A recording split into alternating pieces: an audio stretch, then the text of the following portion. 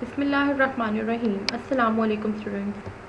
معاشرتی علوم class 4 lecture number 8 صفحہ نمبر 9 سبق نمبر 3 پاکستان کے جنگلات۔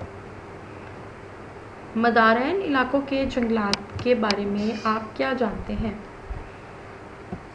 مدارین علاقوں کے جنگلات زیادہ تر جنوبی پاکستان میں دریائے سندھ اور ڈیلٹائی علاقوں کے ساحلوں کے ساتھ ساتھ اگائے جاتے ہیں۔ یہ جنگلات غیر معیاری پانی اور نمکیات کی وجہ سے زیادہ لمبے نہیں ہوتے۔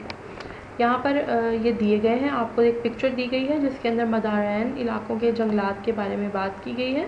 ان علاقوں کے جنگلات جو ہیں وہ جنوبی پاکستان میں دریائے سندھ اور ڈیلٹائی علاقوں کے ساتھ، ڈیلٹا کا علاقہ دریائی علاقے کے ساتھ جو علاقہ ہوتا ہے یا دریائی علاقہ جہاں سے دریا گزر جاتا ہے وہ علاقے، وہاں پر جو ساتھ ساتھ علاقے ہوتے ہیں ان کو ڈیلٹائی علاقے کہتے ہیں۔ موسٹلی عام لفظوں میں آپ کو سمجھانے کے لیے بتا رہی ہوں۔ ان کے ساتھ ساتھ جو ہے وہ اگائے جاتے ہیں اس قسم کے جنگلات۔ یہاں پر جو جنگلات ہیں ان کے پاس جو ہے وہ پانی کی فراہمی اچھی نہیں ہوتی اور نمکیات بہت زیادہ موجود ہوتے ہیں، جس کی وجہ سے ان علاقوں کا جو احاطہ ہوتا ہے، یعنی کہ جتنے علاقے پر یہ جنگلات پھیلے ہوتے ہیں وہ علاقہ جو ہے وہ زیادہ بڑا نہیں ہوتا، وہ علاقہ کافی چھوٹا ہوتا ہے۔ اور دریائے سندھ کے علاقے کے ساتھ ساتھ کہا جاتا ہے کہ یہ پائے جاتے ہیں، اور ان علاقوں کی پکچر بھی آپ نے دیکھ لی۔ نیکسٹ ہم آگے دیکھتے ہیں۔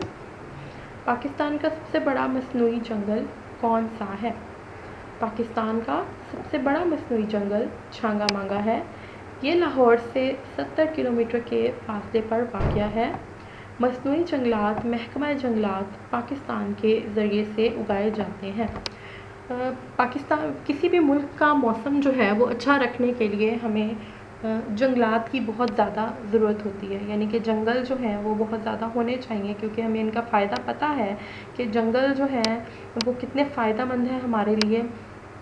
ان کی وجہ سے ہمارے بہت سارے ایسے جانور ہیں جن کی نسلیں صرف جنگلوں میں ہی رہ سکتی ہیں، وہ انسانوں کے قریب ہمارے ان ڈومیسٹک ایریاز میں نہیں رہ سکتی۔ تو اور اس کے علاوہ موسم پر بہت زیادہ اثر پڑتا ہے۔ اگر ملک میں جو ہے وہ درخت موجود ہوں گے تو موسم جو ہے وہ کسی بھی ملک کا آب و ہوا جو ہے وہ اچھی رہے گی۔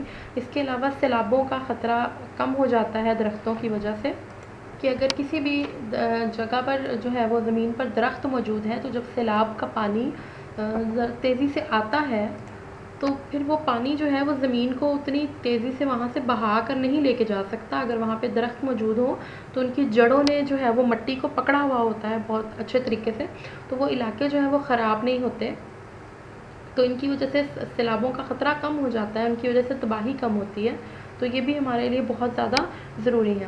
تو بعض دفعہ ایسا ہوتا ہے کہ ملکوں کے اندر جنگلات کی کمی ہو جاتی ہے، اور جتنے جنگلات ہونے چاہیے جتنے پرسنٹ اتنے نہیں موجود ہوتے، تو پھر مصنوعی طور پر جنگلات کو لگایا جاتا ہے، یعنی کہ خاص مخصوص علاقوں میں درخت لگائے جاتے ہیں، لاکھوں کروڑوں کی تعداد میں درخت لگائے جاتے ہیں، وہ پھر بڑے ہوتے ہیں اور وہ جنگل بن جاتے ہیں۔ تو اس طریقے سے پاکستان کا جو مصنوعی جنگلات ہیں اس کے اندر چھانگا مانگا ایک ایسا جنگل ہے جو انسانی ہاتھ سے لگایا گیا جنگل ہے، اور یہ 70 کلومیٹر کے فاصلے پر واقع ہے لاہور سے، اور یہ سب سے بڑا جنگل ہے ہمارا۔ نیکسٹ دیکھتے ہیں۔ شجرکاری جنگلات کن مقامات پر لگائے جاتے ہیں؟ شجرکاری جنگلات میں انسان کے خود لگائے ہوئے پودے شامل ہیں۔ یہ جنگلات ایسے مقامات پر لگائے جاتے ہیں جہاں پانی وافر مقدار میں پایا جاتا ہے۔ یہ زیادہ تر دریاؤں، نہروں یا ڈیم کے کنارے لگائے جاتے ہیں۔ لیا، بھکر، مظفر گڑھ، میاں والی اور تھل کے وسیع علاقوں میں یہ جنگلات پائے جاتے ہیں۔ شجرکاری جنگلات، جیسے کہ میں نے چیپٹر کے شروع میں بھی آپ کو بتایا تھا کہ شجرکاری کا مطلب ہوتا ہے کہ درخت لگانا، تو شجرکاری جنگلات کا مطلب بھی یہی ہے کہ ایسے درخت جو انسان جو ہے وہ خود لگاتا ہے ان کو ہم شجرکاری جنگلات کہتے ہیں۔